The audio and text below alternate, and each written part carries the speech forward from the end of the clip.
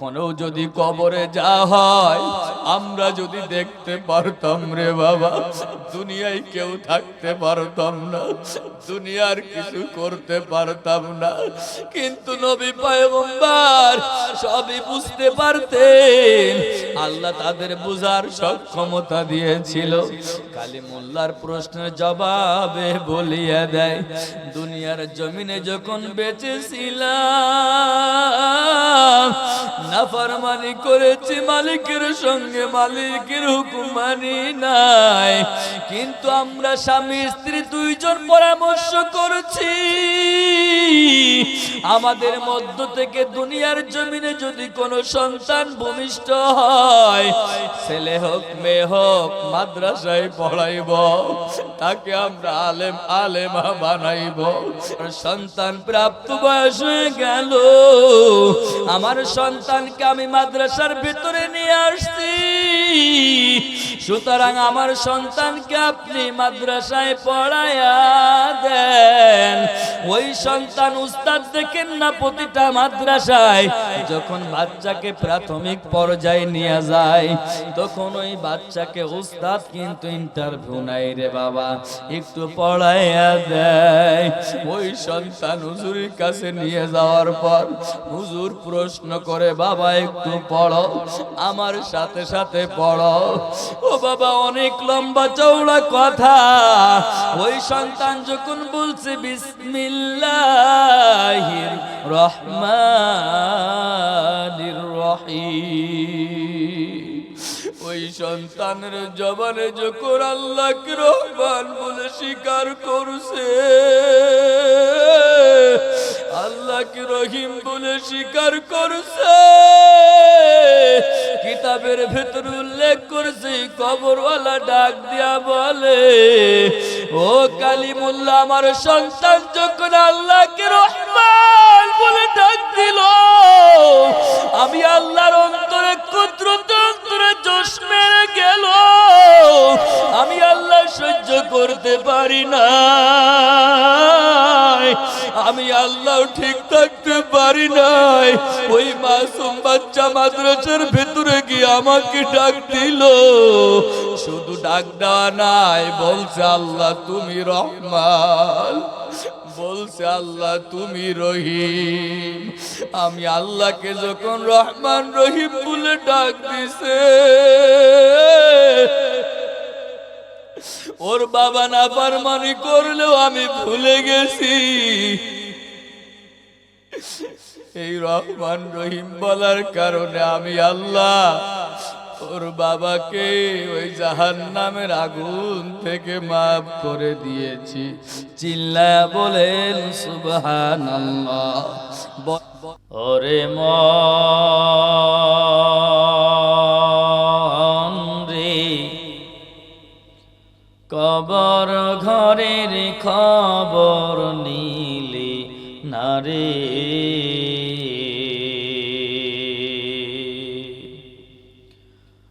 ওরে মন রে, কবর ঘরের খবর নিলে নারে, ও তুই যাবি রে ভাই একা একা,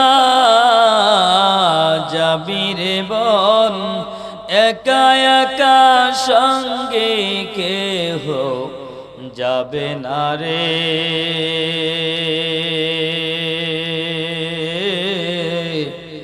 কবর ঘরের খবর নিলে নারে, ওরে মন রে, কবর ঘরের খবর নিলে নারে, মওত কাসিন কুল্লু নাসিন শারিবু, কবর বাইতিন কুল্লু নাসিন দাখিলু, سيدنا وسندنا وحبيبنا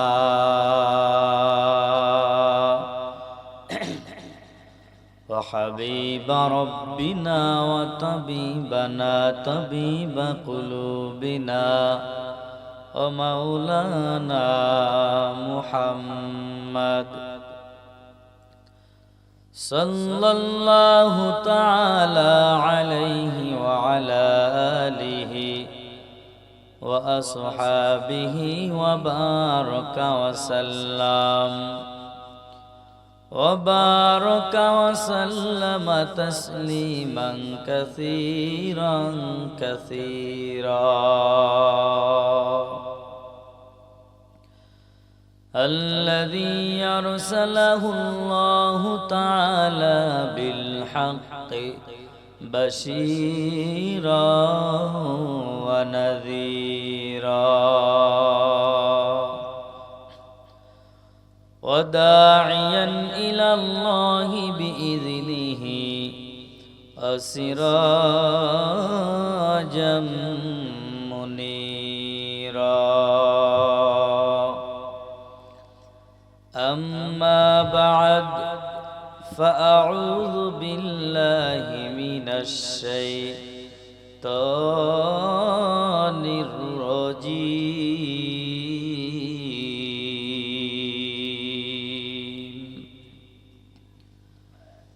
بسم الله الرحمن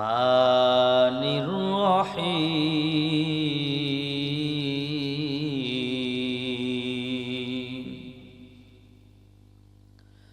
قل هل أستوي الذين يعلمون والذين لا يعلمون. وقال رسول الله صلى الله عليه وسلم خيركم من تعلم القرآن وعلمه أو كما قال النبي عليه الصلاة والسلام. صدق الله العظيم وصدق رسوله النبي الكريم ونحن على ذلك من الشاهدين والشاكرين والذاكرين والحمد لله رب العالمين. إن الله وملائكته يصلون على النبي يا أيها الذين آمنوا صلوا عليه وسلموا تسليما. محبতে দুরূদ শরীফ পড়ি, যে দুরূদ নামাজের ভেতরে পড়ি, সকলে জবান খুলে উচ্চ আওয়াজে ইখলাসের সাথে এই দুরূদটা আমরা সকলেই পড়ব। আল্লাহুম্মা সাল্লি আলা محمد وعلى آل محمد كما صليت على إبراهيم وعلى آل إبراهيم إنك حميد مجيد. اللهم بارك على محمد وعلى آل محمد كما باركت على إبراهيم وعلى آل إبراهيم إنك حميد مجيد. لا إله إلا الله لا إله إلا الله لا إله إلا الله لا إله إلا الله মুহাম্মাদুর রাসূলুল্লাহ সাল্লাল্লাহু আলাইহি ওয়াসাল্লাম। সুবহানাকা লা ইলমা লানা ইল্লা মা 'আল্লামতানা ইন্নাকা আনতাল আলিমুল হাকীম। রব্বি ইশরাহ লি সাদরি ওয়া ইয়াসসির লি আমরি আহলুল 'উকদাতাম মিন লিসানি ইয়াফকাহু কওলি। লা ইয়াকউদু কওমি ইয়াযকুরুনাল্লাহ ইল্লা হাফাতুহুমুল মালাইকা আগাশিয়াতুহুমুর রাহমা ওয়া নাযালাত আলাইহিমুস সাকিনাহ ওয়া যাকারাহুমুল্লাহু ফী মান ইনদাহ আও কামা ক্বালান নাবিয়্যু আলাইহিস সালাতু ওয়াস সালাম। পয়গম্বর দুনিয়ার উম্মতদেরকে জানায়া দেয়, এ দুনিয়ার উম্মতের দল তোমরা শুনিয়া নাও, যেখানে দিনের আলোচনা করা হয়, দিনের আলোচনা শ্রবণ করা হয়, ওই মজলিসে বসলে গুনাহগার আল্লাহ তাআলা মাফ করে দেন। জোরে কন্না সুবহানাল্লাহ। বারবার বলাচ্ছি কেন? কিছু নেকি অর্জনের জন্য, আমারও হোক আপনারও হোক, ঠিক না বেঠিক? বান্দা সুবহানাল্লাহ জবান থেকে বলেছেন, 1000 নেকি ওই বান্দা বান্দির আমলনামায় জমা হয়ে গেল। জোরে কইলেন না? আবারও বললেন 1000 গুনাহ জমিনে ঝরে পড়ে গেল। আবারও বললেন জান্নাতের ভেতরে আপনার জন্য ফলের বাগান বরাদ্দ করে দিলেন। আবারও বললেন জান্নাতের ভেতরে সুন্দর দৃষ্টিনন্দন ঘর আমার জন্য আপনার জন্য আল্লাহ রেখেছে। আতিনা ফি দারে দুনিয়া না হাসান আতিনা ফি দারে উকবানা হাসান ইয়া গিয়াসাল মুস্তাগিসিন আহদিনা লাফতিখারা বিল উলুমে ওয়াল গিনা হর গরিনে দেন তু তৈয়ার হ্যায় না মাঙ্গে মুঝে তু বেজার হ্যায়। এই ছোট্ট ছোট্ট কালিমা পড়লে কে খুশি হয়? জবান খুলে বলেন কে খুশি হয়? রব্বুনাল্লাহ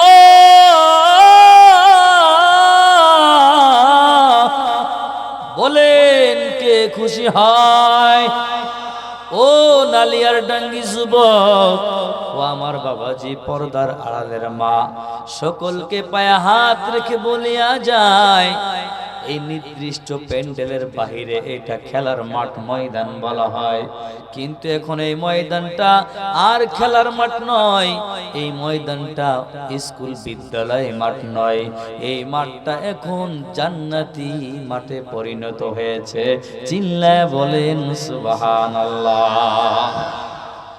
আর এখানে বসেই এই ছোট্ট ছোট্ট কালিমা পড়লেই জপলেই তো নাকি, ঠিক না বেঠিক? আর কি পরিমাণ নেকি জানেন? কি পরিমাণ নেকি জানেন কি? পয়গম্বর বলে দিয়েছেন এই জমিন থেকে আসমান পর্যন্ত কত খালি জায়গা বলেন, জানেন আপনারা? কত খালি জায়গা? 500 বছরের রাস্তা, সামান্য 2-1 দিনের জন্য না, 2-1 কিলোমিটার না, 200 কিলোমিটারও নয়। এই আসমান থেকে জমিন পর্যন্ত খালি জায়গা যদি একটা একটা করে স্বর্ণ এবং রূপা দিয়ে সাজানো হয়, আর এই স্বর্ণ রূপা যদি আপনি আল্লাহর রাস্তায় দান করে দেন, যে পরিমাণ নেকি হবে ওই পরিমাণ যদি আপনি এই মজলিসে বসিয়া এই ছোট্ট ছোট্ট কালিমা জপতে থাকেন আল্লাহকে খুশির জন্য, আল্লাহ সন্তুষ্টির জন্য, ওই পরিমাণ না তার থেকে অধিক পরিমাণ নেকি আপনার আমল নামায় জমা করে দিবেন আল্লাহ। हर के दारत खौफे हक दर दिल मदर जन्नतुल मअवाद है दूरा माकाम। কি এই মজলিসের দাম আছে না নাই? যারা বুঝছে আলহামদুলিল্লাহ, গুটি গুটি করে পায় অনেক মানুষ জড়ো হয়ে গিয়েছে, আরো আসবে ইনশাআল্লাহ। যারা বুঝবে তারা সবাই চলে আসবে, কেউ বাইরে থাকবে না। আর যাদের বুঝের ভিতরে বিষয়টা ঢুকবে না, আমি উসমান গনি সাইফি নয়, সারা দুনিয়ার মোল্লা মৌলবী বাইতে খাওয়াইলেও এখানে আসতে পারবে না। ঠিক না বেটি? আল্লাহ সবাই কবুল করেন, বলেন আমিন। মহাগ্রন্থ আল কোরআনের আয়াতের অংশ বিশেষ তিলাওয়াত করেছি। পয়গম্বরের অমীয় বাণী থেকে ছোট্ট একটা হাদিস আমি তিলাওয়াত করেছি। এই বিষয়ের উপরে খুব সংক্ষিপ্ত কথা বলবো। যদি আল্লাহ আমাকে বের করে দেন আমার জবান থেকে, আল্লাহ যদি বলান, তবে আমি বিশ্বাস রাখি আপনারা যদি আমার জন্য দোয়া করতে থাকেন তাহলে ভালো কিছু বের করে দিবেন, আপনারাও উপকৃত হতে পারবেন, আমিও যেন আমলের নিয়তে বলতে পারি, আমিও যেন উপকৃত হতে পারি। আল্লাহ আমাদের সবাইকে কবুল করেন, বলেন আমিন। তা আমি যে আয়াতের অংশ তেলাওয়াত করেছি, আল্লাহ কি বলেছেন?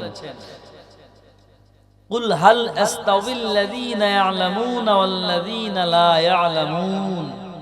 খুব সংক্ষিপ্ত আলোচনাও হবে, সংক্ষিপ্ত। আল্লাহ বলেন, এই যে দুনিয়ার মানুষ, যত শ্রেণীর মানুষ আল্লাহ দুনিয়াতে পাঠিয়েছেন, ইহুদি আছে, বৌদ্ধ আছে, নাসারা আছে, খ্রিস্টান, মুসলিম অর্থাৎ বেধর্মী, আর আমরা মুসলিম ধর্মের, আমরা ধর্মীয়। এর ভিতরে কত জাতি আছে, এর মধ্য থেকে আমরা মুসলমান যারা সবার থেকে শ্রেষ্ঠ, বলেন না সুবহানাল্লাহ। আবার এই মুসলমানদের ভেতরেই, এই মানুষের ভেতরেই উঁচু নিচু সম্মানের দিক থেকে আছে না নাই? ওই কুশাবাড়িয়া পিসা বুজুরির ছেলে বা পিসা বুজুরির দাম আমার দাম কি সমান? হ্যাঁ, ওই চরমনা হুজুরের দাম আর আমার দাম কি সমান? সমান। দুনিয়ার ক্ষেত্রেও মানুষের সম্মানের ক্ষেত্রে উঁচু নিচু আছে না নাই? কে দিয়েছেন? আল্লাহ দিয়েছেন। ঠিক তেমনি আমি যে আয়াতে কারিমা অংশ বিশেষ তেলাওয়াত করেছি, আল্লাহ বলেন, যারা কুরআন হাদিসের জ্ঞান অর্জন করেছে, দ্বীনি ইলম অর্জন করেছে, তাদের দাম, অর্থাৎ যারা জানে আর যারা জানে না, এদের দাম, এদের মান শান সমান হতে পারে? বলেন পারে? পারে না। তার মানে কি বোঝা গেল? যারা কুরআন হাদিসের জ্ঞান অর্জন করেছে, ইলম অর্জন করেছে, এদের দাম সকল মানুষের ভেতরে আল্লাহ বেশি করে দিয়েছেন। চিল্লায় বলেন সুবহানাল্লাহ। অনেক বেশি করে দিয়েছেন। এই অংশ বিশেষে আল্লাহ এতটুকু বলে, যারা যারা জানে আর যারা জানে না, তাদের মান কখনো সমান হতে পারে না। পয়গম্বর আরবি সাল্লাল্লাহু আলাইহি ওয়াসাল্লাম বলেন, খায়রুকুম মান তাআল্লামাল কুরআন ওয়া আল্লামাহ। প্রত্যেকটা এই যে নরনারী আছে, প্রত্যেকটা মানুষ আছে, এদের ভেতরে সবথেকে দামি কারা? যারা কুরআন হাদিসের জ্ঞান অর্জন করেছে, নিজে শিখিয়েছে, নিজে শিখেছেন, অন্যকে শিখিয়েছেন, তার মতো দামি দুনিয়াতে আর কেউ নয়। বলেন না সুবহানাল্লাহ। নালিয়ার ডাঙ্গি আপনাদের এই নূরে মদিনা মাদ্রাসায় কুরআন হাদিসের ইলম শেখানো হয় না অন্য কিছু শেখানো হয়? বলেন সবাই। তাহলে দাম আছে না নাই? হ্যাঁ, কিন্তু আপনাদের কাছে মনে হয় নাই। আছে? প্রভাব বিস্তার হওয়া দরকার ছিল। আজকের মাহফিল এখানে সেই মাদ্রাসার উদ্যোগে মাহফিল, ময়দানে তো সময় ভরে যাওয়ার দরকার ছিল, ঠিক না বে ঠিক? আল্লাহ কবুল করেন, বলেন আমিন। এই ইলমে দ্বীন, এই ইলমে দ্বীন না থাকার কারণে, না বুঝার কারণে আজ গোটা জাতি ক্ষতিগ্রস্ত হয়ে যাচ্ছে, ঠিক না বে ঠিক? এই জন্য আমি এই আলোচনাটুকু স্বল্প সময়ের ভেতরে 4 ভাগে ভাগ করে নিয়েই করব। ইলমে দ্বীন কাকে বলে, ইলমে দ্বীনের গুরুত্ব, ইলমে দ্বীনের ফজিলত, ইলমে দ্বীন অর্জনের জন্য আমাদের পূর্বে মুরব্বীরা, আকাবির আসলাফ, সাহাবায়ে কেরাম, তাবিঈ, তাবে তাবিঈন, সাহাবায়ে আজমাইন, নবী রাসূল পয়গম্বররা কি কষ্ট করেছেন, আর আমরা তো সব রেডি পেয়েছি, এরপরও আমরা মুমিন হতে পারছি না, মুসলমান হতে পারছি না, ইমানদার হতে পারছি না, পরহেজগার মুত্তাকি হতে পারছি না, কোরআনের প্রতি মহব্বত অর্জন করতে পারছি না, হাদিসের প্রতি মহব্বত অর্জন করতে পারছি না, রাসূলের সুন্নাহের প্রতি মহব্বত অর্জন করতে পারছি না, মাদ্রাসা মসজিদের প্রতি মহব্বত অর্জন করতে পারছি না, ঠিক না বে ঠিক? এখান থেকে শিক্ষা নিতে হবে, এ তো নবীও বলেছে তারা শ্রেষ্ঠ, আল্লাহ বলেছে শ্রেষ্ঠ। সুতরাং আমরা যারা মুসলিম পরিবারে জন্মগ্রহণ করেছি, আমাদের কি এখানে সন্দেহ আছে কোনো? বলেন সবাই। সন্দেহ নাই, সন্দেহ করাও যাবে না। সে বিষয়েও তো আল্লাহ বলেছে যে আমি কোরআনের আয়াত তিলাওয়াত করেছি, আল্লাহ তো এই কোরআনের ভেতরেই বলেছে যে এই কোরআনে কোনো সন্দেহ নয়, ঠিক না বেঠি? যালিকাল কিতাব লা রাইবা ফীহি হুদাল লিল মুত্তাকিন। ও আল্লাহর বান্দা, এমন এক কিতাব যে কিতাবে কোনো সন্দেহ সংশয় নাই, ঠিক কিনা?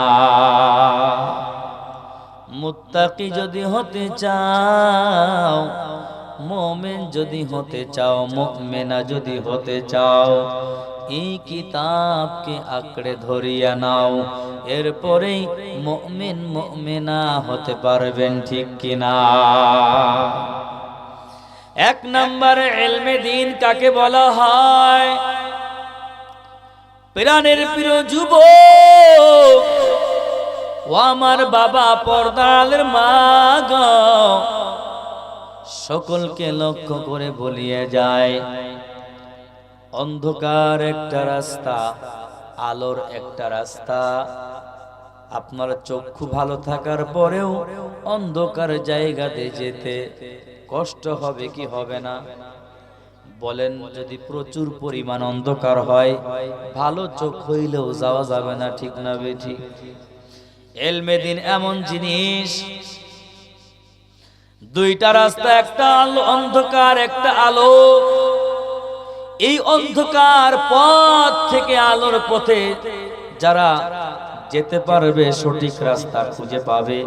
অন্ধকার থেকে আলোর পথে যারা যেতে পারবে, যারা শিখলো, কোরআন হাদিসের জ্ঞান অর্জন করলো, এরা অন্ধকার দিকে যাবে না, এরা আলোর দিকে যাবে।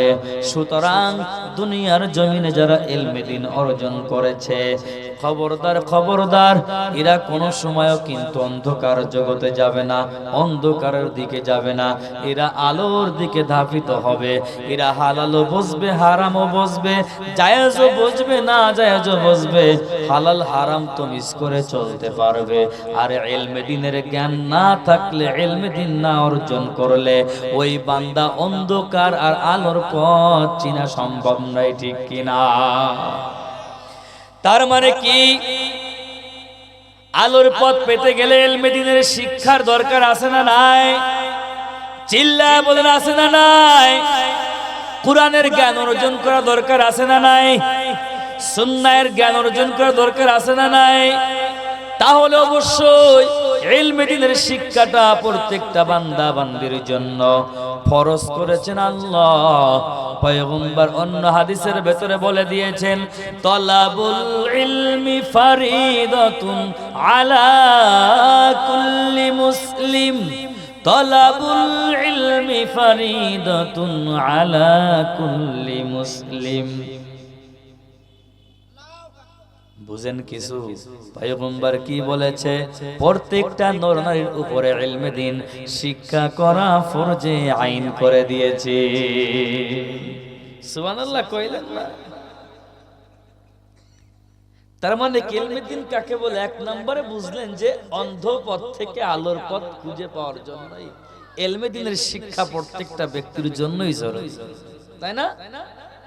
কিন্তু আমাদের কাছে গুরুত্ব নাই। আমি প্রায় জায়গা বলে থাকি, বান্দা দুনিয়ার সব কিছু করার জন্য রুটিন বানায় নিল। যারা কৃষক আছেন সকাল 7টা-8টার দিকে বের হয়ে যান, জোহরের সময় বাসার দিকে আসেন, আসে না নাই?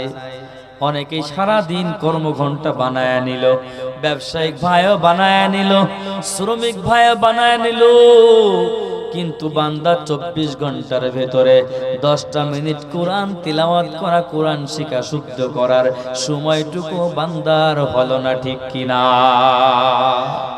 আমার মতো আপনার মতো হতভাগা দুর্ভাগার কে হতে পারে?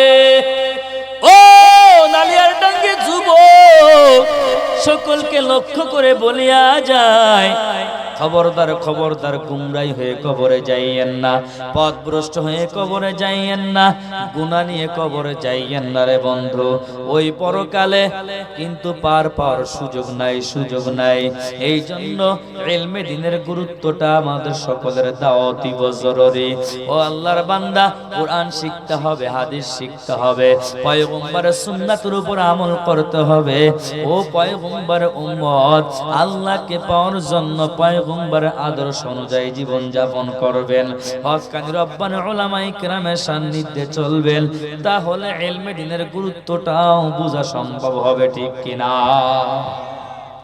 আর গুরুত্ব দেওয়ার জন্য আল্লাহর পক্ষ থেকে আল্লাহ যুগে যুগে নবী রাসূল পয়গম্বর পাঠায়া দিলেন। আল্লাহ কোরআনে কারিমের ভেতরে আয়াতি নাজিল করলেন, ওয়ালাকাদ আতাইনা দাউদ ও সুলাইমান ইলমা। ও বান্দা, ভালো করে শোনো, এই দুনিয়ার জমিনে দুইজন ব্যক্তিকে আল্লাহ ক্ষমতা দিয়েছিল, এমন ক্ষমতা, এমন বাদশাহী দান করেছিল। এই বাদশা কেমন বাদশা? একজন গোটা জগতের বাদশা। কেমন বাদশাই আল্লাহ দান করেছিলেন? গাছে কি বলতো, মাছে কি বলতো, জমিনে কি বলতো, হাইয়ন জানোয়ার কি বলতে চাই, বাতাসে কি বলতে চাই, সূর্যে কি বলতে চাই, চন্দ্র কি বলতে চাই, তারা কি বলতে চায়, আকাশ বাতাস পানি নবমণ্ডল ভূমণ্ডল কি বলতে চায়, সব কিছু বুঝার সব ক্ষমতা আমার আল্লাহ ওই নবী রাসূল পয়গম্বর যে দুইজনের নাম বলেছি তাদেরকে আল্লাহ তাআলা দান করেছিলেন। চিল্লায়া বলেন সুবহানাল্লাহ। কেন কেন কেন? যাতে করে যুবক তুমি গুরুত্ব দাও, এ পরিবারের সন্তান, মুসলিম পরিবারের সন্তান হইয়া মুসলমান পরিচয় দাও, কিন্তু মুসলমান হতে পারো নাই, বলার নাই। আমার নবীও তো বলছে না, সরাসরি আল্লাহ আদেশ করেছে রে বাবা। আল্লাহ অন্য আয়াতের ভেতরে বললেন, ওয়ামা তাকুমুর রাসূলু ফাখুযু ওয়ামা নাহাকুম আনহু ফান্তাহু ওয়াত্তাকুল্লাহ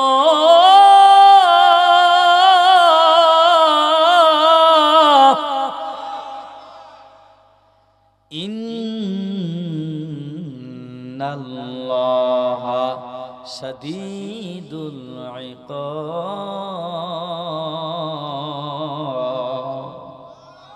এই কালামে জিন্দা কুরআনে হাকিম, হিকমতে উলায়া জালাস তাকদীম, জামিউল ইলম ফিল কুরআনে হাকিম, تقاصرت عنه أفهام الرجال بقى قرآن كلام الله بشنو قديم استی نعينا আল্লাহ এখানে বলেছে বান্দা ভালো করে শোনো, তুমি যদি মুমিন হতে চাও, ঈমানদার হতে চাও, আমার প্রিয় বান্দা বান্দি হতে চাও, ওমা তাকুমুর রাসূল ফাখুযু, আমি আমার বন্ধুর মাধ্যমে যা তোমাদেরকে আদেশ করেছি এইটা তোমরা গ্রহণ করে নাও। ও বান্দা, আপনার কাছে আমার প্রশ্ন রে বাবা, কোরআন শিখতে আদেশ করেছেন কে? চিল্লায়া বলি। ইলমে দ্বীন শিখতে আদেশ করেছেন কে? চিল্লায়া বলে। আল্লাহ আদেশ করেছেন এই জন্য ফরজে আইন, ঠিক কিনা? কিন্তু বান্দা সব মেনে নিয়েছে, বান্দা সব কাজ করার সুযোগ পায়। একটু কোরআন তিলাওয়াত করবে, একটু কোরআন হাদিস নিয়ে গবেষণা করবে, ইলমে দ্বীন অর্জন করবে, এই সময়টুকু বান্দা দিতে পারে না, ঠিক কিনা? ভুল বললাম? ভুল বললাম? বান্দা সব কাজ করার সময় আছে, কিন্তু এই যে একটু কোরআন শিখবে, একটু হাদিস শিখবে, রাসূলের সুন্নাত শিখবে, একটু আমল করবে, একটু নামাজের সময় দিবে, এই সময়টুকু বান্দার না, ঠিক না বেঠি? অথচ যেগুলো নিষেধ করছে সেইগুলো একেবারে খুব জড়াইয়া ধরছে, আছে না নাই? আল্লাহ পরের অংশ বলে দিয়েছে, ওমা নাহাকুম আনহু ফান্তাহু, আমি আমার বন্ধুর মাধ্যমে যা নিষেধ করেছি এটা তোমরা ছেড়ে দাও। বলেন, নিষেধ করেছেন এই আল্লাহ তাআলা কোরআনের ভেতরে। এই কালামের কেমন দাম ভালো করে বুঝবেন রে বাবা, ভালো করে শুনবেন। এই কালামের ভেতরে বলছেন সুদ খাওয়া যাবে না, ঘুষ খাওয়া যাবে না, চুরি করা যাবে না, অন্যের হক নষ্ট করা যাবে না, অন্যের মাল ফাঁকি দেওয়া যাবে না, মাদ্রাসার বিরুদ্ধে অবস্থান নিবেন না, ওলামায়ে কেরাম তলাবুল ইলমদের বিরুদ্ধে অবস্থান নিবেন না, মসজিদের বিরুদ্ধে অবস্থান নিবেন না, ইসলামের বিরুদ্ধে অবস্থান নিবেন না। আল্লাহ বলছে, কি বলে না? কিন্তু আমরা কি পারি? আমরা পারি? আমরা পারি? এখানে সবাই নীরব। এই জায়গাটা বড় কঠিন, খুব কঠিন। এ বান্দা, যদি মুমিন হতে চাও, আল্লাহর আদেশ মেনে নাও, আল্লাহর নিষেধ ছেড়ে দাও। আত্তাকুল্লাহ, আল্লাহকে ভয় করে নাও। আদেশ মানবেন, নিষেধ ছাড়বেন, আল্লাহকে ভয় করবেন, বেঁচে গেলেন। আর যদি না মানিয়া নাও, আল্লাহ বলেন ইন্নাল্লাহা শাদীদুল ইকাব।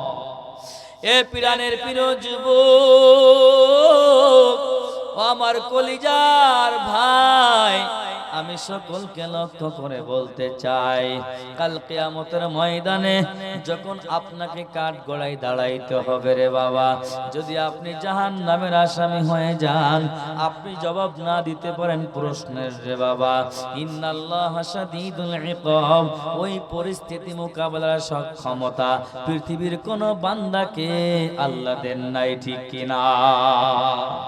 কেউ পারবে না, কেউ। এই জন্য আজকের থেকে আমরা ইলমে দ্বীনের গুরুত্ব দিব ইনশাআল্লাহ। আমরা কোরআন শিখবো, কোরআন পড়বো। কারা কারা রাজি আছে? আল্লাহু আকবার। আল্লাহ কবুল করে নাও, সবাই বলেন আমিন। আমি প্রায় জায়গা যাই, এই জন্যই বলে থাকি ভাই, 900 মাদ্রাসা চালু করে দিবেন। অনেক বাবারা আছে, অনেক যুবক বন্ধুরা আছে, তারা পড়ালেখার সময় আর সুযোগ নাই, কর্মজীবনে ব্যস্ত আর সুযোগ নাই, চাকরি জীবনে ব্যস্ত আর সুযোগ নাই মাদ্রাসায় পড়া। অন্তত রাত্রে বেলা 1 ঘন্টা হইলেও যদি আপনি একটু কোরআন তিলাওয়াত করতে পারেন, পড়তে পারেন, দেখবেন আপনার জীবনটা ধন্য হয়ে যাবে, ঠিক কিনা? ইলমে দ্বীনের ফজিলত কেমন? ও পিরানের প্রিয় যুবক, আমি যে আয়াতের অংশ বিশেষ তিলাওয়াত করেছি, কি আল্লাহ বলেছেন? কুল হাল আস্তাবিল্লাযীনা ইয়ালামুন ওয়াল্লাযীনা লা ইয়ালামুন। এ আল্লাহর প্রিয় বান্দা তোমরা শুনিয়া নাও, আল্লাহ বলেন দুনিয়ার জমিনে কারা আল্লাহর কাছে দামি? ওর যারা জানলো আর যারা জানে না, এদের দাম কখনো সমান হতে পারে না রে বন্ধু। তার মানে কি জানলো আর কি জানে না। কোরআনের জ্ঞান যারা অর্জন করেছে, ইলমে দ্বীনের জ্ঞান অর্জন যারা করেছে, সুন্নাহের জ্ঞান, নবীজির হাদিসের জ্ঞান যারা অর্জন করেছে, এদের দাম আর যারা জানে না এদের দাম কখনো সমান হতে পারে না। এই ব্যাখ্যাটা, এই কথাটা কে বলেছেন? চিল্লায়া বলে আর জোরে বলেন, কে বলেছেন? রব্বুনাল্লাহ, আমার আল্লাহই বলেছেন। সুতরাং আজকের থেকে একটাই আবেদন আপনাদের কাছে করে যাই রে বাবা, আমরা ইলমে দ্বীন না শিখিয়া কেউ কবরে যাব না। কারা কারা রাজি আছে দুইটা হাত উঁচা করে দেখায়া দাও। আল্লাহু আকবার। আল্লাহ কবুল করে নাও, বলেন আমিন। ইলমে দ্বীনের শিক্ষা, কোরআনের শিক্ষার দাম কত বেশি একটু বলবো নাকি? যেহেতু বলছে সঙ্গীত শিল্পী, একটু ছন্দে ছন্দে বলিয়া যায়।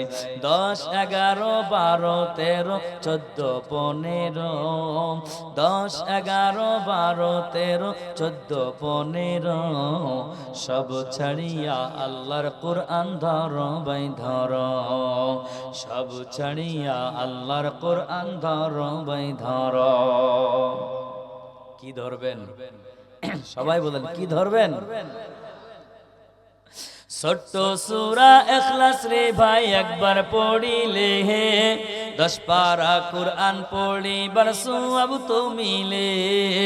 ছোট্ট সূরা ইখলাস রে ভাই একবার পড়িলে, 10 পারা কুরআন পড়িবার সওয়াব তো মিলে।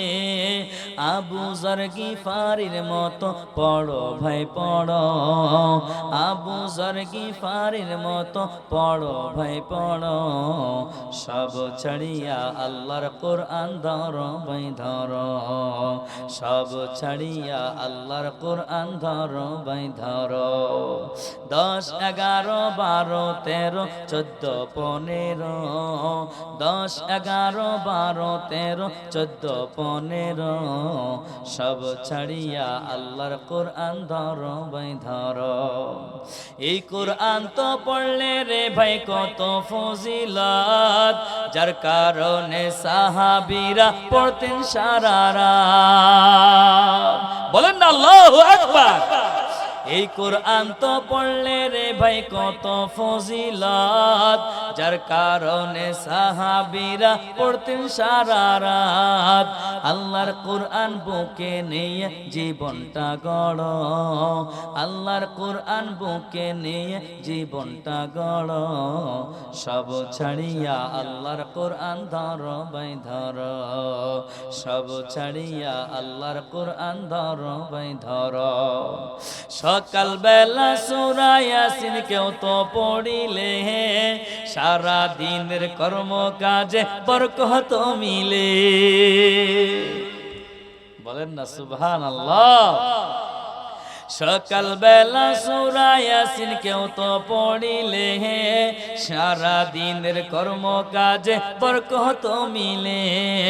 10 খতমের সওয়াব হবে পড়ো ভাই পড়ো, 10 খতমের সওয়াব হবে পড়ো ভাই পড়ো, সব ছাড়িয়া আল্লাহর কোরআন ধরো ভাই ধরো, সব ছাড়িয়া আল্লাহর কোরআন ধরো ভাই ধরো।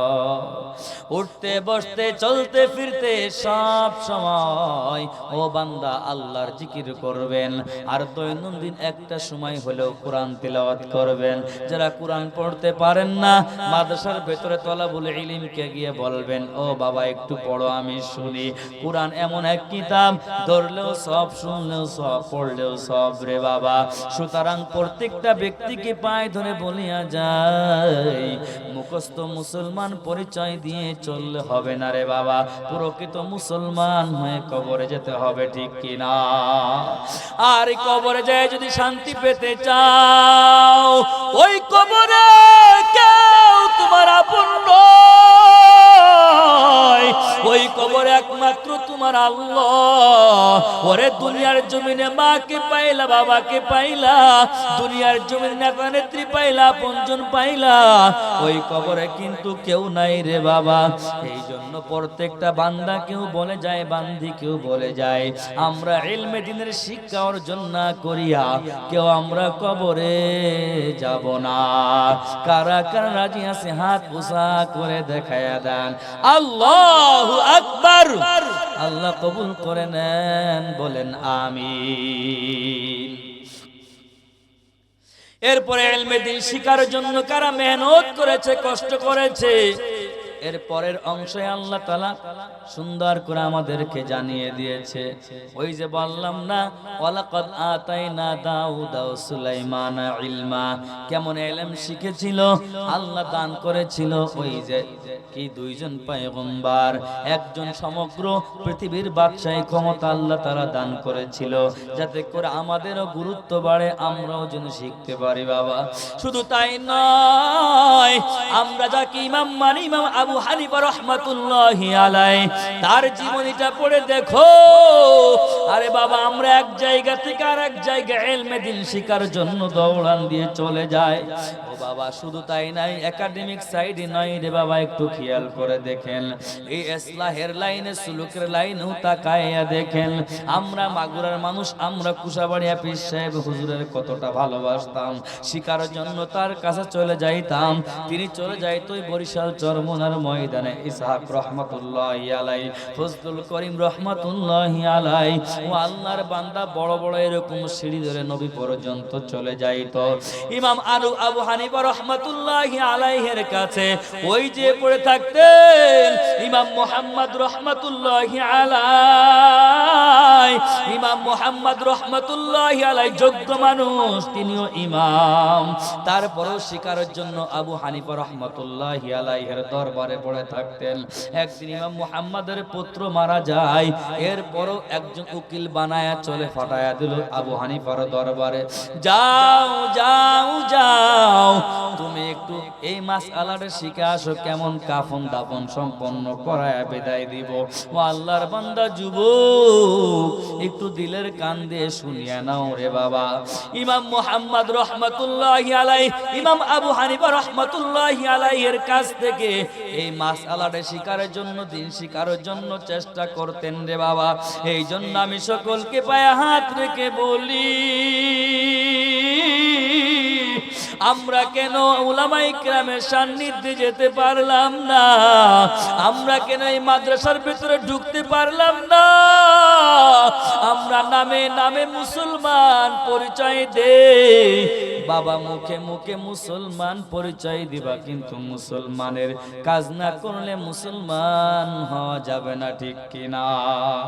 মুসলমানি বুয়াদ গরদান নেহাদান, ইনানে খুতব দস্তে খাজাদাদান, গর্ব সুরাত আদমি ইনসাবুদে, আহমদ বু জাহাল হাম এক সাবুদে। এ পিরানে পিরো যুবক, শুধু ইমাম মুহাম্মদ রহমাতুল্লাহি আলাইহি নয়, ওই যে পয়গম্বর মুসা কালিমুল্লাহ, তাদের জীবনীটা একটু পড়িয়া দেখো। হযরতে খিজর আলাইহিস সালাম, এই যে তারা তাদের পেছনে পেছনে দৌড়াইতো, তাদের কারোর ইলম কম ছিল না, কারোর জ্ঞান কম ছিল না, কিন্তু দৌড়াইতো কেন কেন কেন? আমি একটু ইলমে দ্বীন শিখতে পারি, কারণ কাল কিয়ামতের ময়দানে ওই যে আমাকে 3টা প্রশ্ন করা হবে, বাংলাতে করা হবে না, আমাকে ইংরেজিতে করা হবে না, আমাকে অন্য ভাষায় করা হবে না। আমাকে যদি বলে মার রব্বুকা, তোমার রবকে, মান নাবিয়ুকা, তোমার নবীকে, মান দীনুকা, তোমার দিন কি, এই যে 3টা প্রশ্ন করা হবে, আমি যদি ইলমে দ্বীনের শিক্ষা অর্জন না করতে পারি, এই 3 প্রশ্নের জবাব দেওয়া সম্ভব নয়। এই জন্য নালিয়ার ডাঙ্গির যুবক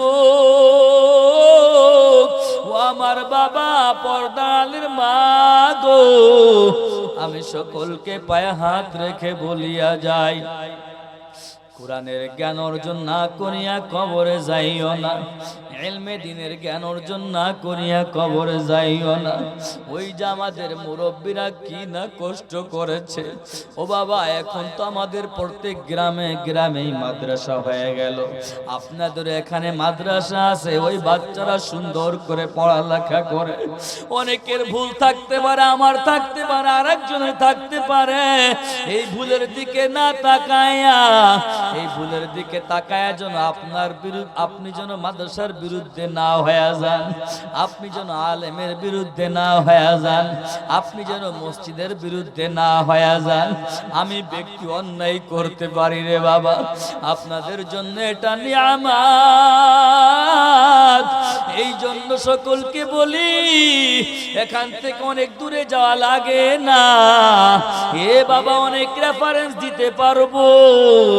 এই জন্য নবী আমার নাই, নবী তো বলে গিয়েছি ইন্নাল উলামা ওয়ারাসাতুল আম্বিয়া, নবীর ওয়ারিস হযরত উলামায়ে কেরাম। উলামায়ে কেরামের সান্নিধ্যে চলিয়া যান।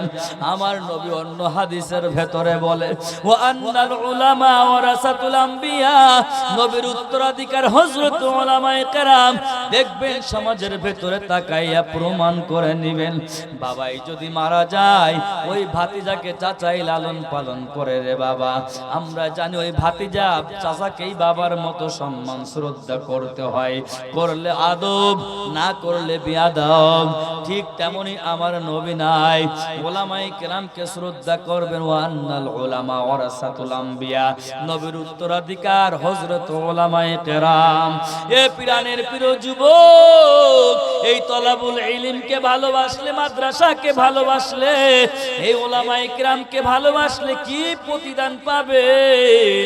ওই যে ফিরাউন বিশ্ব বেঈমান, এই ফিরাউনের বিবি হযরতে আসিয়া রাদিয়াল্লাহু তাআলা আনহা, আল্লাহর প্রিয় বান্দি কেমন জুলুমের শিকার হয়েছে, এরপরও আল্লাহকে ভুলে নাই।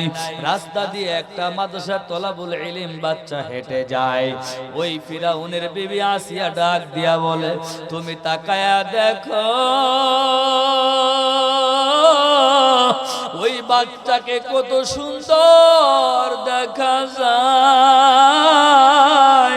আর ওই ফিরাউন বেঈমান সঙ্গে সঙ্গে উত্তর দিল স্ত্রীর কথা পাল্টাইয়া, আমার তো চোখে ভালো লাগে নাই। কিতাবের ভেতরে উল্লেখ করছে আসিয়া এই কথা বলার কারণে জান্নাত দেখতে দেখতে দেখতে জান্নাতি মেহমান হয়ে গেল। চিল্লায়া বলেন সুবহানাল্লাহ।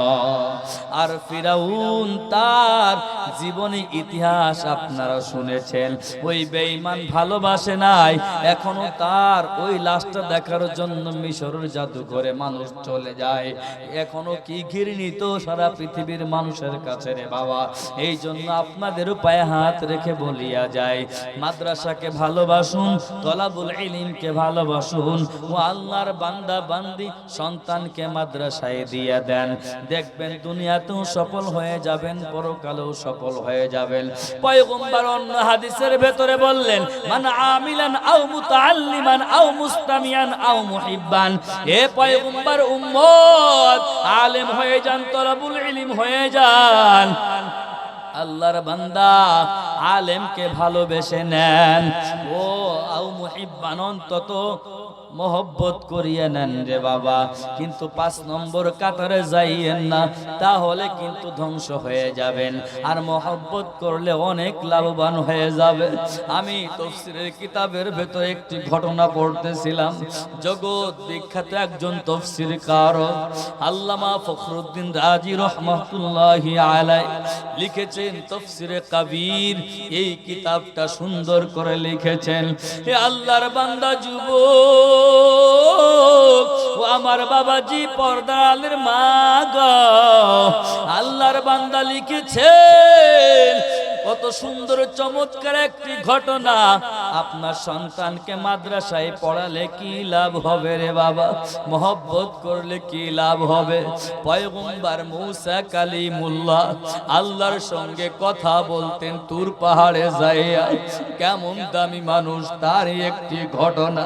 পয়গম্বর মূসা কালিমুল্লাহ একদিন তার কাজের জন্য ঘর থেকে বের হয়েছে। এক কবরের পাশ দিয়ে, গোরস্থানের পাশ দিয়ে হেঁটে যায়। ওই গোরস্থানের সোজাসুজি যখন চলে গেল, পয়গম্বর মূসা কালিমুল্লাহর চোখের সামনে দেখতে পায় এই গোরস্থানে এক আল্লাহর বান্দার কবরে আগুন দেখা যায়। আল্লাহর বান্দার ভেতরে কৌতূহল জাগলো। এই গোরস্থানের সবাই আরামে ঘুমায়,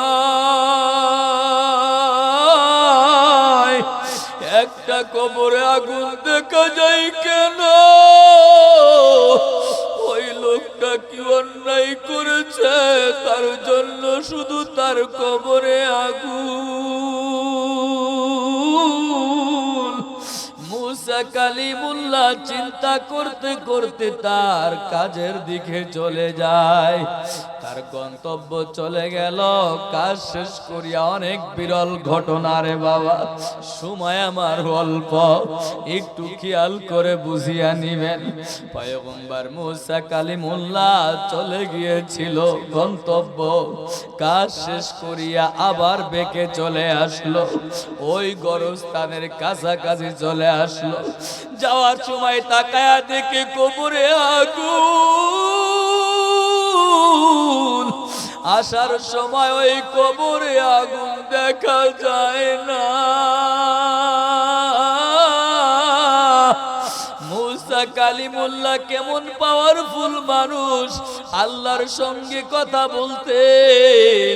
মূসা কালিমুল্লাহ কবরওয়ালাকে জিগায়, আমি যাওয়ার সময় কবরে আগুন দেখলাম, ও কবরবাসী তোমরা আমাকে জানাও, এখন যাওয়ার সময় কবরে কেন আগুন নয়? পয়গম্বর মূসা কালিমুল্লাহ প্রশ্ন করেছে। বাবা, অনেক মজার কথা, অনেক লম্বা কথা, আমি আপনাদেরকে যা বোঝানোর জন্য চেষ্টা করছি, আলেমকে ভালোবাসলে, মাদ্রাসাকে ভালোবাসলে, মাদ্রাসায় সন্তানকে পড়াইলে কি লাভ? পয়গম্বর মূসা কালিমুল্লাহ প্রশ্ন করছে।